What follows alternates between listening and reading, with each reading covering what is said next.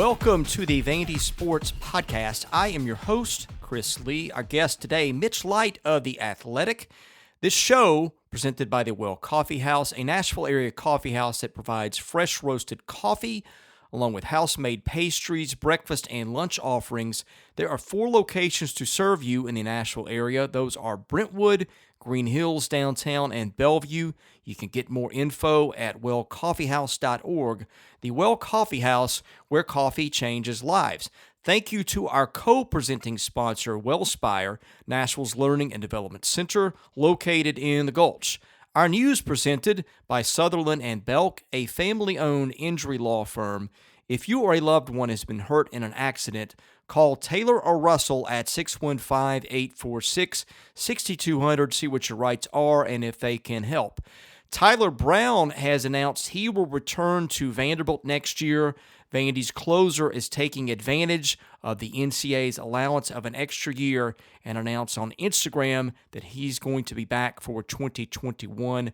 Brown will still have a year of eligibility beyond that if he chooses to pursue it. Our guest line, presented by Boll and Branch, started by Vanderbilt graduates Scott and Missy Tannen. I had no clue what I was missing until I got Boll and Branch sheets. They are fair trade certified, meaning they're made under safe conditions by men and women treated and paid fairly. Try them free for a month. You can return them, but you won't want to. Once you get the sheets, try the mattress. That was voted the best mattress of 2018. Go to bollandbranch.com. That is spelled B-O-L-L. Enter the promo code Vandy and get $50 off your first set of sheets. Mitch Light joins us from The Athletic today. Mitch, hope you and your family are doing well on what is a beautiful day here in Middle Tennessee. It actually feels like summer today if you have been outside. Well, I went outside to get the mail about an hour ago, and then, to be honest, Chris, if I was not talking to you right now, I was like, I'm going to go for a run about 2 o'clock when we're recording this, and I said, oh no, I can't go for a run at 2. I've got to talk to Chris Lee. So, well, that and it's very hot. It's a little hotter than I like to go running in. Maybe I'm just a lightweight. It's a little it's about 80 and humid, and plus it's raining pollen from the sky. I'm much tougher than you, obviously. I'm much tougher than you. It's actually about 25 degrees too cold for me, so I'll figure something out. Are you one of those desert marathon guys? Is that what you're saying? No, I'm not. But I did a story. I freelanced for Vanderbilt Magazine, and I did a story about 2 years ago on this former Vanderbilt tennis player named Meredith Dolhair. I think she had I think that's her married name. I think she had another name when she played in the mid 90s, right when Jeff McDonald got here. And she is one of those absurd runners where, like, you know, it's 100 miles out in you know, Death Valley, like literally 100-mile runs, 150-mile runs. She goes to South America and does these things, and, you know, she runs on her treadmill for like 3 hours in the morning while her family sleeps and stuff. So I feel good about myself when I go 3 miles like 4 or 5 times a week, and she's out here running 100-mile races when it's 120 degrees. Given that you've done a story on one of those and I have not, what is it that makes people like that tick? There's definitely some sort of obsessive compulsive, and I'm not giving away too much because it was part of the story. She had some addiction problems too, and I think there's something to that, you know, just overcoming addiction, just finding something else to focus all of your energy in. So, you know, I wouldn't dare make a blanket statement that everyone who does that has some sort of problem like that, but there's definitely something that in the way that makes you tick that I don't know, forces you or allows you to do that. And also, you have to be lucky with your body too. I mean, it's just, running is not the most natural thing. You know, it's, you know, there's very few of us that are runners that don't have some sort of, you know, ankle, knee. I've got hip problems every once in a while, and that's just, again, running, you know, 15 miles a week. This is hundreds of miles, you know, 20, 30, 40 miles at a time to prepare for races like this. So it's really crazy. I'm sure, like, I haven't read a lot. I started to read some stuff about it when I was doing the story. I'm sure if you dive into Netflix or something, there's probably a lot of documentaries on stuff like this, but it's a fascinating kind of subculture of the racing community. Yeah. Speaking of that, on Netflix, I watched a movie. Gosh, there's a couple of them. I think I've seen both a little bit. But about the people that do extreme climbing like El Capitan and places like that community. Those are Yeah. fascinating movies and fascinating stories. And if you or anybody else out there listening is looking for something to do for one night as you get through the pandemic here, those are some that I watched a while back that were very entertaining and just fascinating in terms of how those people worked. I think their brains are wired a little differently. I think that's part of it. Like if you do an MRI or whatever it is, like the way that they think and connect the dots and process things is just different than it is most of the rest of us. Yeah, and Free Solo is the popular one that you are probably referring to. I saw that it was out. I don't know if it's on Netflix, but that's the guy who climbed El Capitan, if that's the name of it, without any sort of harness or rope, which is just absurd. So yeah, it's that's what makes the world go round. A lot of different characters out there. Yeah, it's pretty crazy. Well, let's talk Vanderbilt sports. Not a lot to talk about, but one development today, Tyler Brown has announced he intends to return for, I guess, what would be a second junior year. That would seem to be very good news for the baseball team. Yeah, I mean, his early season struggles aside, he is a proven commodity. In that, assuming Vanderbilt loses Mason Hickman, maybe that opens up a door. And we don't know what's going to happen with Jake Eater. He might be gone, but then you might have Tyler Brown as a potential starter next year, or again in the back end of the bullpen. Hugh Fisher, assuming he's back, would be a candidate to start too. Or maybe to close if Tyler Brown. So just it's another really good pitcher, and so there's really no negatives with guys coming back except the roster crunch. And I'm not talking necessarily about the mandated number, whatever they agree to there. It's the available innings. Especially pitching. There's only so many innings that can be pitched, and so some guys are going to have to make some difficult decisions. I say didn't already.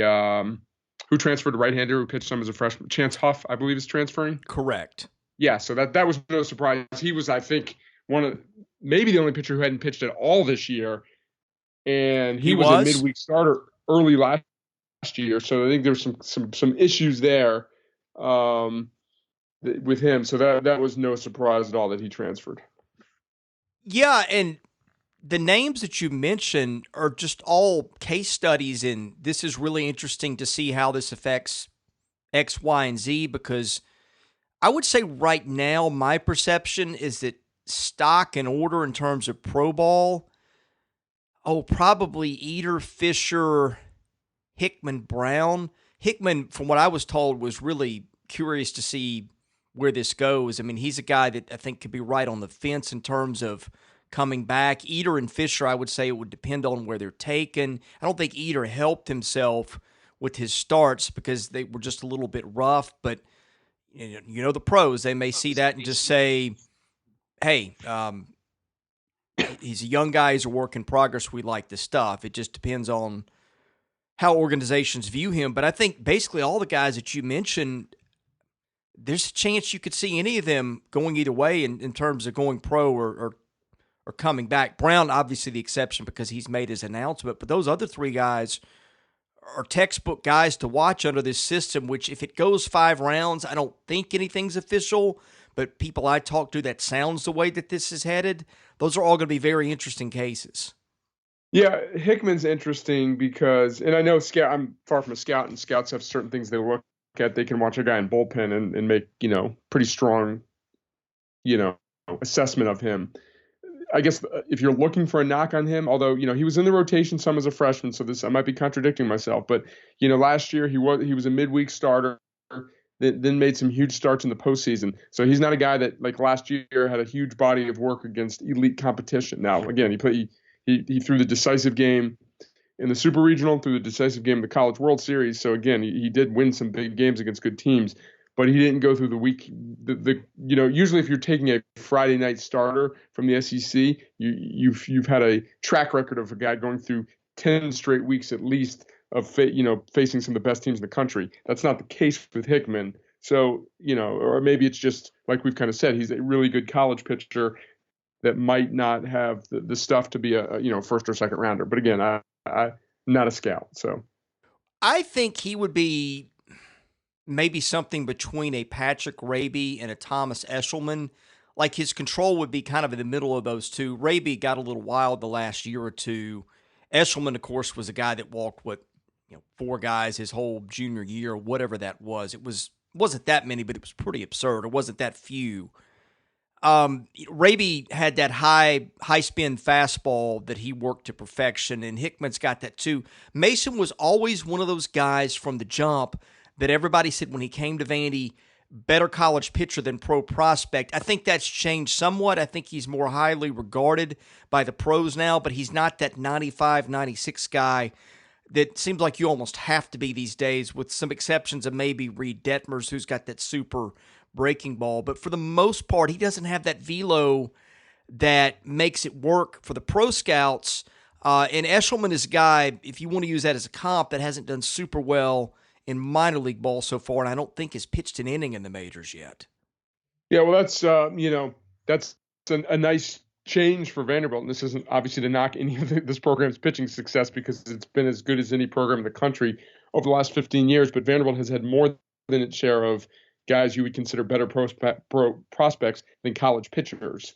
Guys like Hugh Fisher, Jake Eater, that have had their moment, but have always been thought of by the pros, more highly than you would think based on their college production. So to have a guy like Hickman, a guy like Raby up until, mid through, especially his first 2 years, it's nice to get just a guy who's just there's nothing wrong with being just a really good college pitcher.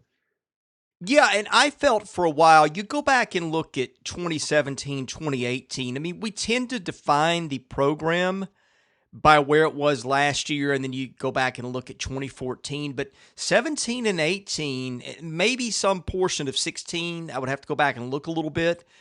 But those were kind of times where we looked at the pitchers and said, they're not getting out of them maybe what we thought they'd get coming in. Guys had trouble throwing strikes. Zach King was one of them. You can name several names in there. Raby was a guy that went from throwing a lot of strikes to really having trouble finding the zone the last couple of years. And the narrative on Scott Brown kind of got questionable for a little bit. Not questionable, but maybe people were asking more questions than they had been about his effectiveness in handling pitchers. And last year, we tend to remember the year because they won the title, and Hickman and Rocker pitched so well in Omaha, so did Tyler Brown. But they still had some issues, here and there with that too. Flashing forward to this season, Mitch, I asked Tim Corbin about the freshmen. I said, has something changed in terms of your development of those, in terms of strike throwers? In other words, have you changed something in your pitching approach with these guys? And we're seeing the results of the Schultzes and those guys throwing strikes right away. His answer to me was just, no, we found guys that really have those strike throwing skills more or less, which makes me think maybe the last couple of years there's been a little bit of a shift from, not saying those guys can't be pro pitchers and good ones and make the majors, but from finding guys that are just elite arm talents and developing them to maybe going back to finding guys who are skilled and throwing strikes out of the jump. And that's certainly what they had in this freshman class.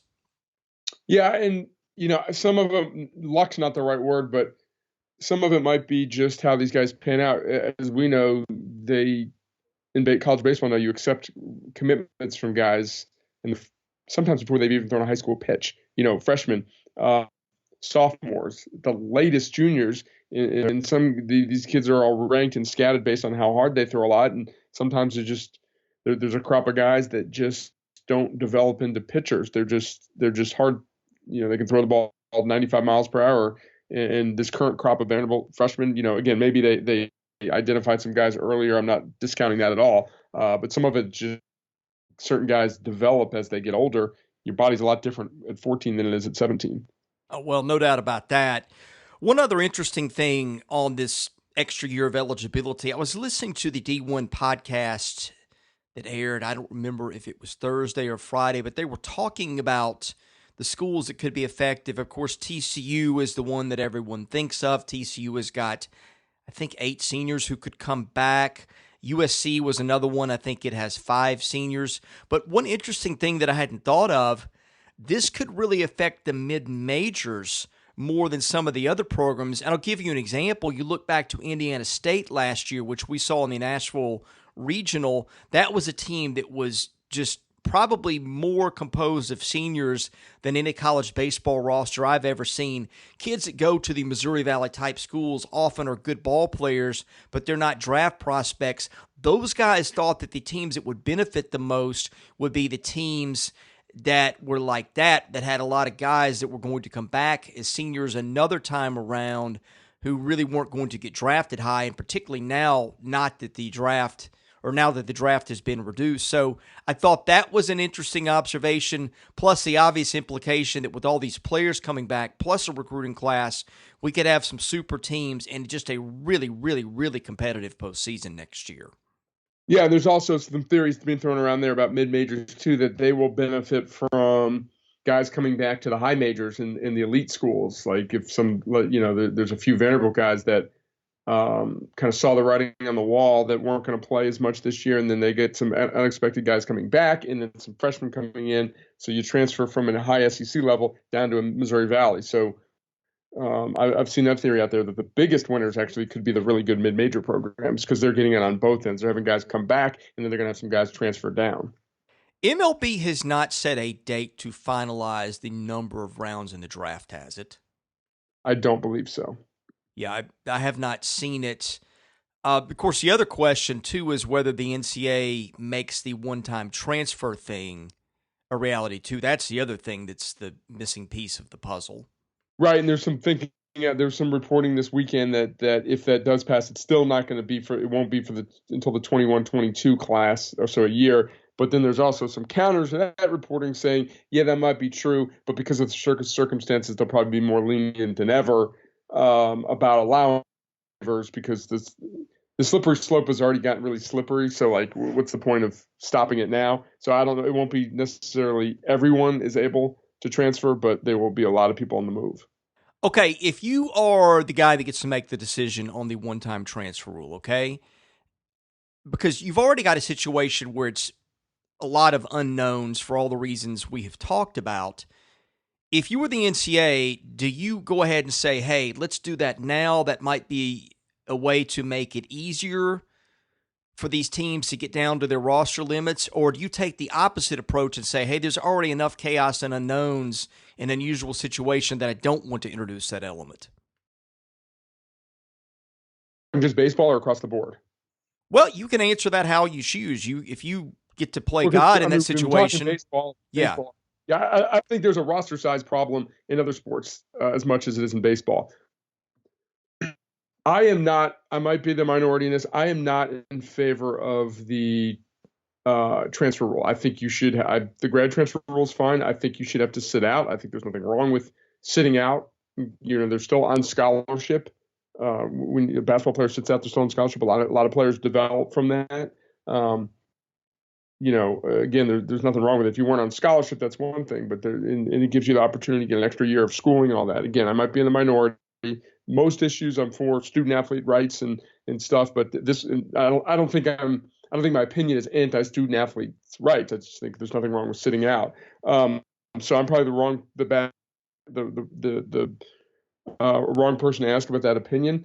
But based on your scenario, I don't know. There's already so many guys transferring, especially in college basketball, so many grad transfers on the move. It just seems like if they open it up this late in the game to allowing everyone to transfer, there's going to be so many people on the move, but kids can't go visit other schools now. So I'm kind of babbling because I really don't know what the right answer is.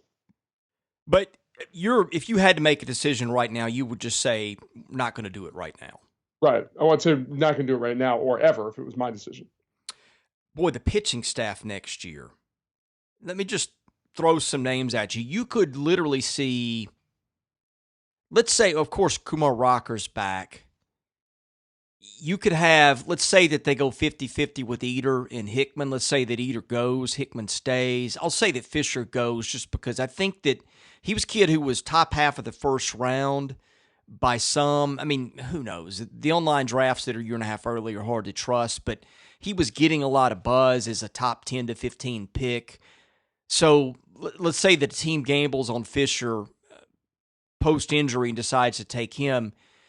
You still got Hickman and Rocker, say, at the rotation. You can easily throw in Jack Leiter. You got Michael Doolin, Thomas Schultz, Sam Laboki. You got your closer, Tyler Brown, back. I think no matter how this pans out, and I'd have to look at the freshmen and see which of those guys could come in and be impact guys. I mean, I say I look at it, but you don't know till they get to campus. I think any way this thing goes, that pitching staff is loaded again next year. Yeah, no doubt about it. The benefit would be, while you might lose a few guys, like you mentioned, all of the freshmen, while they didn't have a ton of innings, we saw enough of them that they're more known quantities. They have some experience. They pitched, most of them pitched some big outs even in an abbreviated season. So some of that unknown of talented guys, they're going to be good there. So yeah, I agree. The pitching staff will be outstanding. I guess the concern again would be the lineup, because these guys have not gone through the SEC season. Some of the young guys who we think have potential, but we don't know. It would be, they missed a whole SEC season to get better, to face better pitching. So I think that would still be an unknown going into next year. Well, two other things there, too. Okay, before the season, they thought Luke Murphy was going to be a key part of their bullpen. Murphy just couldn't find the strike zone with regularity, but was hitting 95 and 96. Sometimes that first year back from injury, you don't find your field of pitching. That's a guy on the roster that doesn't get talked about that could come back and help them. Another one, Spencer Jones. Remember, Spencer Jones was regarded maybe as much or more as a pitching prospect as he was a hitting prospect. Now, that arm injury took care of that, and he couldn't pitch this year, but that was a kid who was starting to come around with the bat, and I think under normal circumstances would have pitched for him, so that's two more names. Yep. I mean, and again, we haven't named any of the incoming freshmen because you just don't know. So that's just guys that are almost definitely returning that we've been talking about. Where I think your roster crunch comes in is those guys that are having a hard time finding playing time right now. Your 4th, 5th, 6th outfielders. Matt Hogan's a guy that I thought would have played more. I hate to speculate, but that somebody's going to be gone that wasn't gone under that scenario. And to me, it is those guys that were not playing a lot. They'd either have to take a big step up or probably find another place to play. Yep. And those guys got enough of, whether they were freshmen or sophomores who did not play in 2019 and were expecting bigger roles. I think we saw enough of the season at least and see where their place may be or where their place may not be. So I agree with you on that. Well, here's another one, Jason Gonzalez, because Jason is not going to be drafted this year. Can't really go to JUCO, so I would think he either comes back or he could sign a free agent contract for $20,000. I doubt he would do that given the upside that's been there. So that's another one that wasn't even on the roster that they have to contend with. Yeah, I mean, in theory, you could go to JUCO and just play for a year and try and, put up big numbers there. So, it depends on what he really wants to do. But I think we all think that Jason wants to come back to Vanderbilt. And so, yeah, I would expect him to be back if it works out. Yeah, I guess he technically could go to JUCO and just take whatever classes, but it wouldn't serve a purpose towards a degree. Right. So I guess that's why I was thinking that. So, yeah, I mean, lots of interesting options there. Anything else?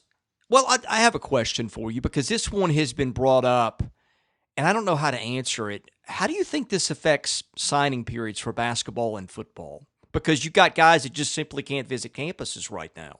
Well, yeah, basketball is the one. People are committing. I follow all the recruiting people on Twitter, so I see things happening. It's not like I'm following basketball recruiting, like reading stuff. I just, like I said, on Twitter, there are 2020 guys who commit, and are committing, and when's the spring signing period? It's in April 15th, so they can sign. I mean, you can still sign people. You see people on Twitter, trying to develop a relationship with coaches. They can talk to them and stuff like that. So a lot of these kids have already visited campuses. So that they might know what they're getting into. It's not ideal for anybody, for both sides, the schools or the kids. But I think that you'll see a lot of kids signing in the spring signing period. Well, the transfers are the ones that are interesting to me because unless you are giving a school a look a second time around that didn't get one the first time, guys aren't able to visit campuses right now. So how do you sort through that? Are you sensing that kids are choosing transfer destinations that they visited the first time, or are they just taking a chance and committing to schools sight unseen? A little bit of both. I mean, Adrian Griffin, I think his name was, big commit transfer from Illinois, just transferred to Syracuse. And I don't know if he visited them out of high school or if he just leap of faith. All these kids know, kids who have visited other schools, and sometimes it's not the most important, what town it's in or what their weight room looks like. They just want to go play at a school, or you just realize that in this time there are certain sacrifices you have to make, and one of those sacrifices is you can't get all the information that you normally would. So some kids can hang back, and if no one's reporting to campus until August or whatever, then there's really no need to commit anywhere. I guess your only concern would be rosters filling up. So I think it's kids. Each case is different. Some kids are going ahead and signing them. There's a lot of graduate transfers that are committing left and right every day. So kids are definitely making their decisions. Anything else on the transfer market or baseball roster situation before I switch topics on you here? I don't think so. Let's talk VandySports 100. Our blue ribbon panel of experts has made its picks. I say blue ribbon. I think you were the guy that I mostly consulted on this. You and I had a good conversation on Friday about this before I started unveiling it on Monday. Actually, I think we talked Thursday, and I threw out the honorable mention. But these are always hard to put together. The VandySports 100, if people have not heard this, is my attempt at ranking the top 100 Vanderbilt players I have covered since I started the site in 2003. That spans 3 sports: basketball, on the men's side only, baseball, and football. You gave me some good input on the top 100 and then the 25 afterwards. I actually did switch around some rankings based on your input. Who that I left out do you think has the best case of being in the top 100, if you can think of names you remember? Well, I'm looking at the list, the last list that you sent me. So did Justin Schools not make it? Justin School was, I think, 101. Okay, yeah. I mean, not because he's 101, but you got a guy who's a 3.5-year starter, played on 2 bowl teams, and then ended up starting for half of the season for a Super Bowl team. That's a pretty good career. We talked about Jared Pinkney. I think that might surprise a lot of people that he didn't make it. But then when you consider he really only had 1 good year out of 4, I think that's fair omission, especially when you look at some of the good players who did make it. I would say 2 of Pinkney's subpar years were his fault. 1 was not his fault. He was an inconsistent player early in his career, had some bad drops and some other issue. Nothing like off the field. A good kid, just wasn't good enough early in his career on a consistent basis. And then this past year really wasn't his fault. It was more like quarterback play and his undoing. So those are 2. Corey Smith was, I think, everyone's a favorite player of a lot of Vanderbilt fans. I always kind of joke he's the best player in Vanderbilt history not to score 1,000 points. Had a really solid career. Even made second team All SEC, I believe, as a senior. Xavier Turner's an interesting one. Had a great year for Vanderbilt, a good 2-year career here, and did a lot for a team that ended up winning the College World Series until he didn't play at the end. So a lot of good names on this list. I think there's a couple of what ifs near the bottom. Warren Norman, who one of the more talented running backs I think we've seen at Vanderbilt, but injuries. And then Chris Nixon to me is one of the biggest what if stories at Vanderbilt. I thought he was among the most talented quarterbacks or players Vanderbilt's had in 20, 30 years. I might be overselling it, but he just kept getting hurt. And I guess that, the year they went to the bowl game, he hurt his shoulder and was just in and out of the lineup. So I think Chris Nixon's a really talented kid that could have had a great career. I wrote down about 5 names to discuss that you just mentioned. I'm going to go at them in reverse order of how you mentioned them. Let's start with Nixon. Nixon came at a weird time because everybody was used to looking at Jay Cutler, and that was their last glimpse at how the quarterback position was handled, which is a very high bar to be judged by. Well, I looked at Nixon's year, and yes, he was inconsistent at times and inaccurate, but he had that game at Kentucky where he had, I don't know what it was, 530 yards of total offense, which I think is still number 1 or number 2 all time. I don't remember which. I think number 2 for some reason. But that's a guy that ran for, I think, maybe 600-something yards, threw for, I think, 7 yards an attempt that year in a first-year starting role. You look at that and use that as a baseline of expectation for the rest of your career. That's a kid that if things go right, in my mind, may end up throwing one of those years, having one of those 2,800 yard, 900-yard rushing seasons, 2,800 passing, 900 rushing. That's a kid that, to me, that if he develops, might end up being one of the best we'd ever seen. From the way I remember it, he got popped on that shoulder down near that end zone where the scoreboard is against Alabama and was never the same. Maybe my recollection of that is faulty, but I'll give you a chance to reflect on what I just said. Yeah, I don't remember exactly when he got hurt, but I thought he was like I just said, really, really good, really talented. I thought he was a good fit for what the staff wanted to do because, if you recall, they took advantage of Jay Cutler's athleticism early in Cutler's career before some of the wide receivers developed and before Jay developed, so that they clearly had stuff, option stuff in the offense to take advantage of the skill set of a quarterback who could run. So it's not like he played at the wrong time or didn't have a staff that could utilize his strengths. I think that staff knew what to do with a quarterback like Chris Nixon. I just think it was some consistency issues and then health. So I'm with you. Just a big what if. Norman, I had forgotten this, I believe broke his hand in the Arkansas game his sophomore year, but the knees were really the things that undid him. The hand, I think, cost him the rest of the season. I don't remember exactly when the knee issues became a thing. I did read as I was researching the article, and I did not remember this. Both of his knees are bothering him. Let's say that you give Warren Norman a fairly clean bill of health. Look, nobody's going to be perfect. People are going to break hands and get banged up at times. But let's say his knees don't get destroyed. How does that career end? Where does he end up on the top 100, do you think? Well, the interesting thing is he might have hurt, if he was healthy, he might have hurt Zach Stacy's legacy. Because basically they came in, Zach Stacy flourished as the, primary ball carrier after Warren Norman got hurt. So I think they would have been a nice duo there. I remember he got hurt before the new staff came in, and I remember just as the sideline reporter talking to John Donovan every week, and I'd try to get updates on Warren Norman, and finally he's just like, I know everyone wants to know about Warren Norman, but we just don't see it. The guy's been hurt. Like, he's clearly not what he used to be. We've seen film. He looked great, but he's just not, he wasn't trying to knock the kid. He's not the back that everyone thinks he is because of this injury, these injuries. And so we really, didn't get to see what he could be.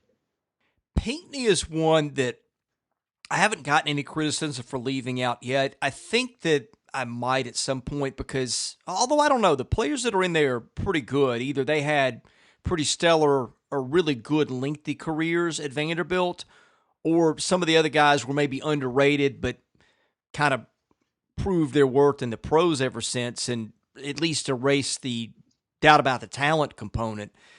Back to Pinckney, we tend to judge people by their ceiling. I try to take a balanced approach between that and career production. Ultimately, the reason I left him off, I think he scored a 54 in Pro Football Focus, which measures things like route running and blocking. There was still an element of his season that he could control that he didn't seem to do a very good job of controlling. That happens often on losing teams. He certainly wasn't the only one. That was ultimately the reason that I left him just off rather than put him in, is because the things that you don't notice outside the pass catching, that and the fact that he dropped a lot of balls his first 2 years, that's why I left him off. I mean, the upper end talent was what we all saw, but the body of work and how he finished out was why I did not have him on the list. Yeah, I mean, no arguments in a vacuum. You would think he'd be a top 100 player based on the ceiling, like you said, like I said, but just I agree with that line of thinking, and there's some good players that are above him. Now, if he goes to the pros and turns into this 700 or 800 yard a year pass catching tight end, which I would probably bet against right now, given the way the combine went, that's one of those that I might look back if I do this again in 3 or 4 years and say, hey, he was better than he showed, and that's the players that I give the benefit of the doubt to. I'll get to Adam Butler in a second on that note, but that's the thing that I'll kind of watch with him is how does this go from here. Xavier Turner, had a hard time knowing what to do with him too because he was a very talented player, fielded very well, ran well, made consistent contact, was on 2 great teams.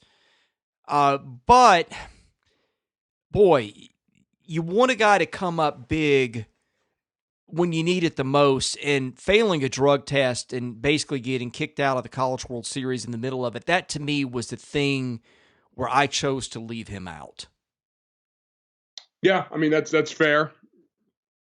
You know, it's you can't you can penalize him for that. You can't really penalize him too much for only being here 2 years because like Dansby Swanson only played 2 years because he got hurt.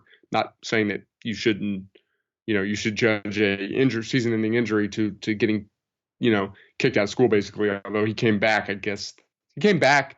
He was in school for his junior year, then he left. I forgot the details there. So yeah, I mean, good player. Impacted two very very good teams.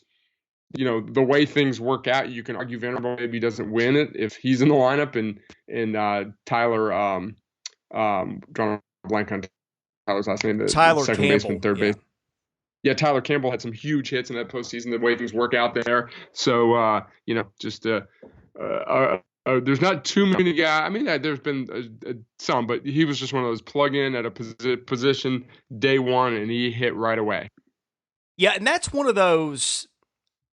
If it's I don't know, a knee injury or an arm injury and never plays again, I probably give a little bit more thought to putting him in. But again, and I hate to pick on guys because addiction is no small thing, and I have sympathy for people that are in the midst of that. But that's one of those. He did have some control over it, and that's kind of where I sometimes will draw a line because these are tough decisions. These are all good players, and so you got to distinguish some way. The other one, Corey Smith, is one that I got immediate pushback on for reasons I understand. I would say to people, at least see the list because for every guy that I put in, I have to bump somebody out. And that was a tough one. I actually had Corey Smith on my first drought. That's one of those that I think if he'd gone on to maybe make an NBA roster because his things that he did so well were so hard to quantify. And I put importance on those, but that's one of those, like, I think if he'd played a few games in the NBA, I probably would have put him in there. But that is kind of maybe a tiebreaker. I chose not to. He was a tough one. I think that's going to be easily one of the most polarizing guys on the list because I think when it's over, there'll still be some people that said he should have made it. And I can't tell them that they're absolutely wrong.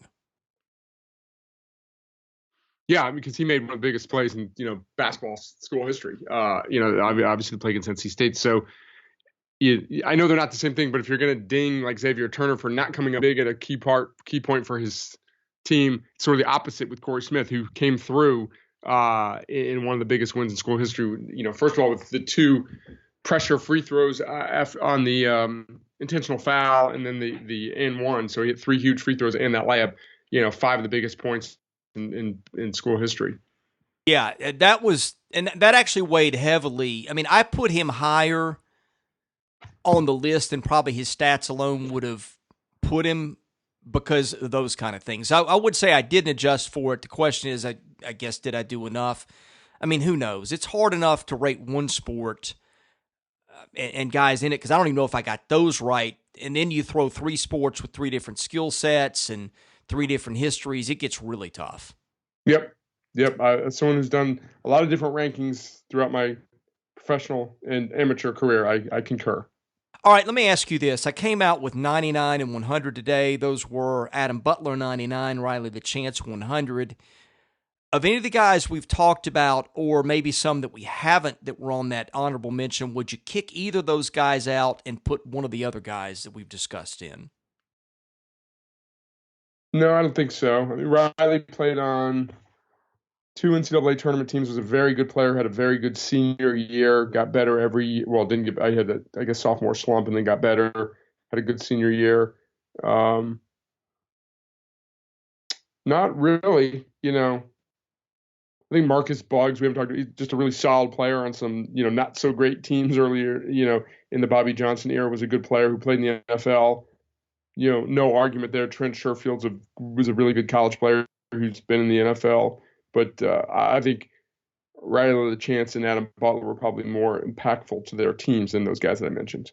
Both those guys, too, really worked through circumstances. Butler came to Vandy as an offensive lineman, got switched his redshirt freshman year to defensive line, then had to play a different sort of defensive line in the switch from the 4-3 to 3-4, which, of course, kept his numbers down.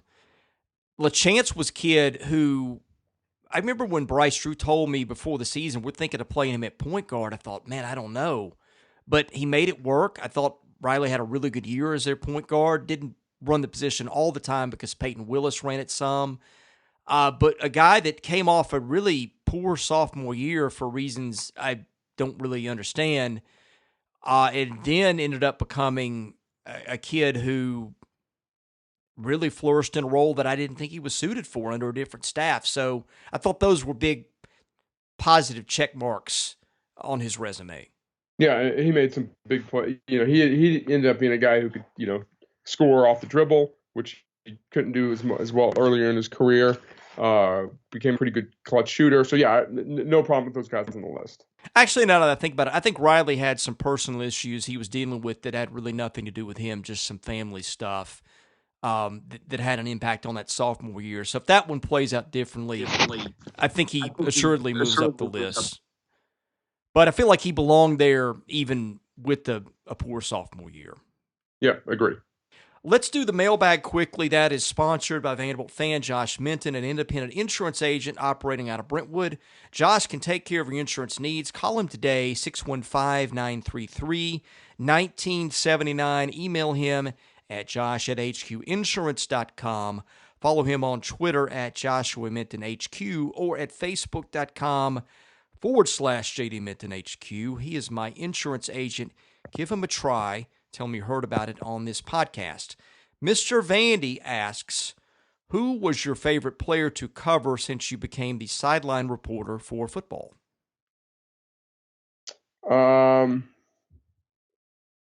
Good question. Andrew East was always one of the nicest guys. When I got to know him early, and he was always very nice. He used to call me Mr. Light, and I told him, I'm not going to talk to him if he called me Mr. Light. Now I guess he's Mr. Sean Johnson. So, but he was always Kerry Spear was a really good dude, and he had a good last couple of years. So, interviewed him quite a bit. Most of the guys are perfectly nice and respectful, and they get what I have to do. Unfortunately, the last couple of years or this year was a tough year, and no one really wants to be in the locker room, be interviewed in the locker room right after a game. But they understand I've got a job to do, and they understand the questions. So a guy like Alan George has been really good this year. I think I interviewed him for 2 games. So I don't really get to know the players that well. They kind of know who I am because I'm just this older dude who's always kind of around on the sidelines. But Jordan Rogers was good. I think I only did it with 1 year. His senior year was when I first started. Jordan Matthews was always good and nice, and so most of the guys are very respectful and easy to deal with. I'll ask you a related question. Your son was the baseball bat boy. Who was his favorite player? Did he ever tell you? Yes, two guys he would say they're the nicest. Vince Conde and was it Joel McKeithen? Yeah. Yeah, Joel McKeithen they were always super nice. And in fact, we were my wife's son and I drove to the College World Series in 2014. And, so Gabe is only about 8 at this, 2004. No, he's 10. So he'd been bat boy for a few years. And, during the day, we were just kind of walking around in Omaha, and Vince Conde and his whole family came out of a restaurant, and they saw him like, hey, Gabe. And he brought Gabe over and introduced him to his family and all that. And so that was super nice. And then Vince saw Gabe walking around in Vandyville a couple years after his graduation, after Vince came back and couldn't believe how big Gabe was and took his picture and all that stuff. He goes, I'm going to send this one to Joel and stuff. So Dansby Swanson was always very nice. I think that the year that Dansby was hurt and did not go to the Cape, he coached Gabe's team in the Vanderbilt baseball camp. So, Tony Kemp was great, to no one's surprise. Philip Pfeiffer. Most of the guys, and I can also tell you who swears a lot too, but most of the guys are great to the bat boys. Yeah, I do give you a few. I go back to my first year covering. Tony Mansolino was one of the nicest guys I've ever dealt with. Kemp, as you said, was an easy one. I guess he wasn't around for Julian Infante, was he? Uh, don't think maybe. Well, yeah, because Julian this just finished his fourth year and Gabe's a sophomore, so you can only do it through eighth grade. Although he did not bat boy as much as last 2 years because just conflicts and stuff. Yep. Next question from Vandy Fan 96. Mitch, if you had to guess what happens with college football in 2020, which scenario would you guess happens? No season, no conference games, or a regular season with no fans in the stands, or something along those lines? Um, I'm going to be a. I'm sorry, I was something popped up on my email. I don't want to be a hypocrite here because I'm getting frustrated. Not frustrated. Everyone's entitled to their opinion, but like no one knows. Very few people know, and there's just you'll see someone write a column. There's not going to be any sports for a year, or there'll be someone. We're going to be back in June. I have no idea. I mean, I guess I respect the question. I want to know. My guess, if I had gun to my head, I would say no football, but I hope I'm wrong. And that's just a had to make a split decision type thing. My guess is, I don't think it's something that's going to drag on for a full year, but I think, the way things are developing, it might be hard to get groups of 60, 70, 80,000 people in stands. So the one thing that I'll push back on is that I've seen how some colleges, they need 2 months for, or 60 days to get people in shape. Like back in the quote unquote old days, guys would just show up to camp. They wouldn't necessarily be in great shape. I don't mean to single him out, and he was never a elite physical specimen. But I remember between my junior and senior year, so this would have been 92, the summer of 92, I stayed in Nashville and I used to go running on the track. And I remember one time in just like late July, Carlos Thomas, old running back, was out there running. And I kind of knew him a little bit. And he's just like, yeah, I got camp in a week. I got to get in shape. Like, and I was in better shape than he was, like running. So like back in those days, guys weren't on campus all year. They weren't in top physical shape. They used training camp to get in shape. So I don't think they need to be on campus for 2 months before the season to actually have it, start.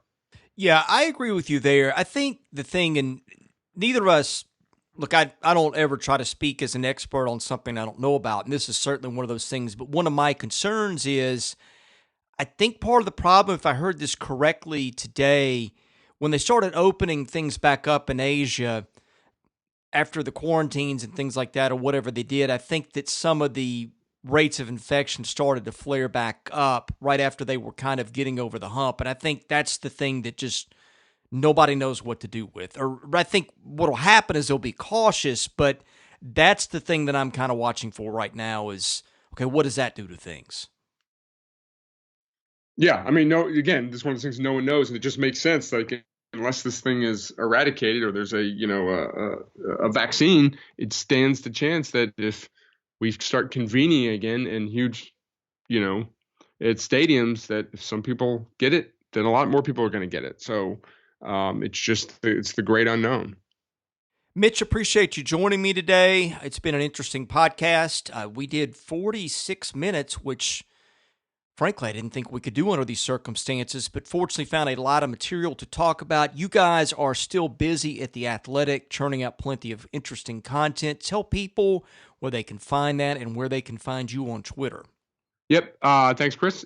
And at Mitch Light, and I did something last week that we can talk about next week because it's definitely an evergreen topic. The best college football players from the state of Tennessee to wear each jersey number 1 through 99. A lot of Vanderbilt guys on that list. A lot of tough decisions. So maybe that's something we can talk about next week. You can look that up. And for anyone who's not a subscriber, we have a 90-day free trial, so you can hop on and read. I'm working on 2 other Vanderbilt stories right now that'll be out in the next couple of weeks. One I think everyone will enjoy. So a lot of good content there. If you're a fan of any, we cover every sport and every team basically. So it's not just Vanderbilt. So so you can catch that at The Athletic. And I'm at Mitch Light. They have like different eras in sports. Like they had the 2 platoon era in football and the dead ball era in baseball and all those things. I think just in general sports, this is going to be remembered as the list era because that's about all we have to do these days. Yeah, I know. We're doing something. We're also doing this. They're up throughout all the site, like where they're asking, all the athletic writers to write something about their favorite player, like Joe Rexrode, who grew up in Michigan, wrote something on Isaiah Thomas and stuff. So I didn't, my main job is an editor. I write some when I can and have the time. So there'll be across, people, all these writers' favorite players, and then we're doing a lot of what ifs. Different franchises take different turns. Our Grizzlies writers, what if the Grizzlies did not take Hashim to beat number 2 overall in 2009? So. There's a lot of good ideas, but you're right. At some point, the well is going to run dry. Was Al Leiter your favorite? No, he's not my favorite. He was one of my favorites. My favorite baseball player of all time, like I could write it, but no one would care, is a guy named Bobby Brown, who played early 80s Yankees. Yeah. So, he played the 80s Yankees. And my favorite, Jerry Mumphrey, was the center fielder in 1980. He got hurt, which I was happy about because then Bobby Brown played basically every day for the 1980 season. I think he hit 280 with 14 home runs and 26 stolen bases, I believe, and then played some on the 81 team, made an error in the 81 World Series, which was devastating, then got traded to Seattle, got released, got picked up by the Padres, and then Kevin McReynolds got hurt in the NLCS, so Bobby Brown played in center field for the Padres in 84 World Series, and he went 1 for 14. And I was 13 years old, and I was devastated that can I say sucked so bad in the World Series. And then he's been I've Googled him a million times. I think he ended up in jail for some sort of tax evasion or tax fraud. So I don't know why, but I have his bat up here in my bonus room. I bought it when I was a kid. His actual bat he used in the game. I think I bought it for like $10. So that's one of those, you picked him as your favorite player and you're not sure why? No idea why. No idea why. Dale Murphy was mine. That was a much more mainstream pick. Yeah, exactly. Boring. Dale Murphy did not end up in jail. Yeah. He might end up in jail. You never know. Dale Murphy will end up in jail. Pandemics make people do crazy things, so it could happen. Exactly. Now, that reminds me of one thing before I let you go. We were talking the other day. I don't remember if this was on podcast or not, but I think you dropped a reference to it being at a World Series game, or it was some famous game. I'm trying to remember what that was now. I think it involved the Yankees. Maybe it was a no-hitter. No, I was the Pine Tar game. That's what it was. I couldn't believe that. I never knew that about you. What do you remember? Yeah, Pine Tar game. I watched it recently with my son on MLB Network, so that was fun. I was also at another famous New York sporting event. You'd have to Google this one. I was much younger, but I think in 78 or 79, I was at the Boston Bruins New York Rangers hockey game, and the Bruins went up into the stands after the game and started beating the crap out of the Ranger fans. It was very, it was sort of like the Pistons fight at the melee at the Palace. Is that what it was called? Whatever it was called there. Yeah. But this was with hockey players and skates involved too. I had been to one infamous fight game. I cannot remember if I've said this on the podcast. I think I have at some point. I'll see if you can guess. No idea. I'm sorry. I went to the Nolan Ryan, Robin Ventura game. Oh, wow. My brother and I and a buddy of ours had decided we wanted to see Nolan Ryan pitch because we'd never seen him pitch in person. So we made the trip out there. It's the only time I ever saw him pitch. And my brother had a really nice camera and had just gone down, not like the field level on the field, but like the concourse to take some pictures, and literally just got down there and he hit Ventura with the pitch. So he didn't have his camera focused or anything. He was just fiercely snapping all these shots out of focus. And it was kind of funny. He came back with this whole roll of maybe 20 pictures of the brawl. I don't know that any of them were any good, but that was my memory of that. I also went to the, and we left after this. I was still in high school, but I went to the game. Do you remember when Pete Rose bumped Dave Pallone and got 30 days? I was at that game, and I left about an inning before that.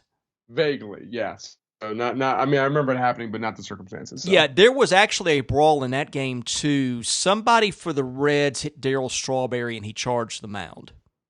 All right, good for Strawman. Yeah, exactly. Anyway, I've kept you long enough. Mitch, thanks for joining us, and we'll catch you again next week. All right, sounds good, Chris. Take care. He's Mitch Light. I'm Chris Lee. Thank you for listening to the podcast. We'll have more episodes coming later this week.